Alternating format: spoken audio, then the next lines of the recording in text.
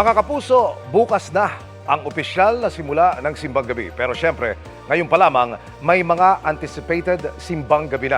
Dagsa ang mga deboto, lalo yung may mga panalangin at hiling para po sa Pasko. Mula sa Quiapo Church, nakatutok live si Mark Salazar. Mark!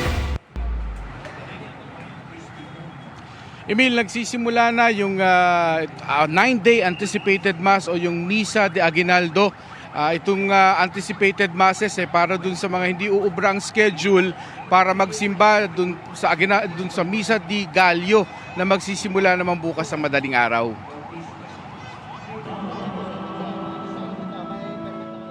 Bukod sa pista ng itim na poong Nazareno tuwing Enero, karaniwang dumadagsa tuwing unang Biyernes ng buwan ang mga deboto sa Minor Basilica and National Shrine of Jesus Nazareno sa Quiapo, Maynila. Kalakip ng malalim na debosyon at pananampalataya ng mga deboto ang panalangin matupad ang kanilang hiling, personal man o para sa kapwa. Pero para sa mga debotong dumalo sa unang anticipated mass sa Quiapo, extra special kung makukumpleto ang 9 na araw ng simbang gabi. Sa paniwalang matutupad daw ang anumang wish mo kung magawa mo ito.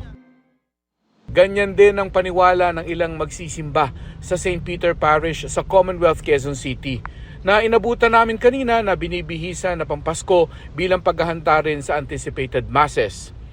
Karamihan ng dasal ng nakausap namin ay para sa pamilya bago ang sarili.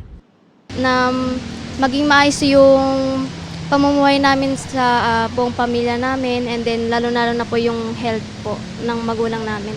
Lalong-lalo na po yung ate ko po. May bago po siyang journey sa ibang lugar naman po. Sa sarili, ang maging RMT po, medtech po. Pero hindi naman kailangang may misa para bumulong sa Diyos ang mga parishioner. Si Luz Corpus nagsadya sa St. Peter Parish para ipagpasalamat na tapos na ang kalbaryo ng kanyang asawa. Maayos ang kanyang paglisan.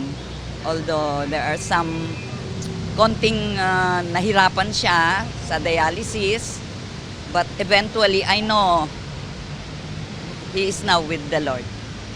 And I thank the Lord for that. My husband came back to the Lord kasi hindi siya pala simba. But eventually nung na. Walang malaki o maliit na dasal dahil iba't iba ang hamon ng tao. Pag stress po sa mga homework po, seat work, ganyan po, lagi po akong humihingi ng gabay, ng tulong kay Lord. At binibigyan naman po niya sa akin yung mga hinihiniling ko po.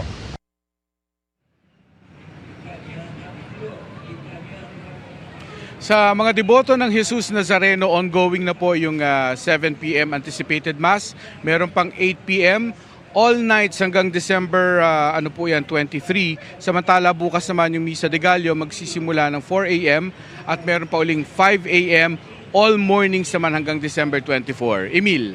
Maraming salamat, Mark Salazar.